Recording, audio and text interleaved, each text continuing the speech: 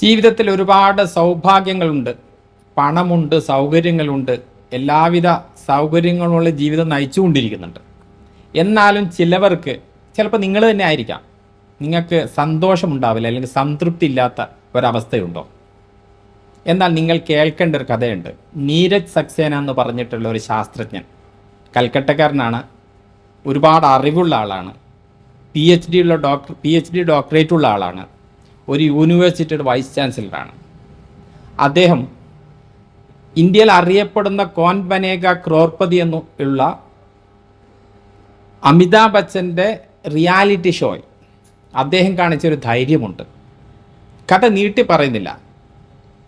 ഒരു പോയിന്റിൽ അദ്ദേഹം 3,20,000 രൂപ സമ്പാദിക്കുന്നു, അല്ലെങ്കിൽ അതിന് സമാനമായിട്ടുള്ള സമ്മാനങ്ങൾ വാങ്ങുന്നു. അടുത്തത് 12ാമത്തെ ചോദ്യമാണ്. 12ാമത്തെ ചോദ്യം അദ്ദേഹം കൃത്യമായിട്ട് മറുപടി പറയുകയാണെങ്കിൽ നീരജ് സക്സേനയ്ക്ക് കിട്ടാൻ പോകുന്നത് 1 കോടി രൂപയാണ്. ആ 1 കോടി രൂപയ്ക്ക് അദ്ദേഹത്തിൻ്റെ അതുവരെയുള്ള പെർഫോമൻസ് നോക്കുകയാണെങ്കിൽ തീർച്ചയായിട്ടും നീരജ് സക്സേനയ്ക്ക് 12ാമത്തെ ക്വസ്റ്റ്യൻ ഉത്തരം പറയാൻ പറ്റും. 2 ലൈഫ് ലൈൻ ബാക്കിയുണ്ട്. എല്ലാം ഉണ്ടായിരിക്കെ തന്നെ നീരജ് സക്സേനയോട് അമിതാഭ് ബച്ചൻ ചോദിച്ചു, ഡോക്ടർ സാബ് നമുക്ക് തുടങ്ങാമല്ലേ? നീരജ് സക്സേന പറഞ്ഞു, no, I am quitting here, ഞാൻ ഇവിടെ നിർത്തുകയാണ്. സ്തബ്ധനായി. അമിതാഭ് ബച്ചൻ സ്തബ്ധനായെന്ന് മാത്രമല്ല, കാണികൾ മുഴുവൻ സ്തബ്ധനായി. അദ്ദേഹത്തിൻ്റെ ജീവിതത്തിൽ ഇന്നേ വരെ ഇല്ലാത്ത ഒരനുഭവം. എന്നിട്ട് നീരജ് സക്സേന പറഞ്ഞു, എൻ്റെ ജീവിതം ഏതാണ്ട് തീരാറായി, എനിക്കൊരുപാട് വയസ്സായി, എനിക്ക് ആവശ്യത്തിനുള്ള പണം ഞാൻ സമ്പാദിച്ചിട്ടുണ്ട്.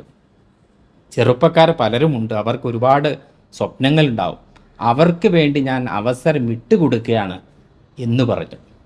പലപ്പോഴും നമുക്ക് ചെയ്യാൻ പറ്റാത്തത് നീരജ് സക്സേന നമുക്ക് കാണിച്ചു തന്നു.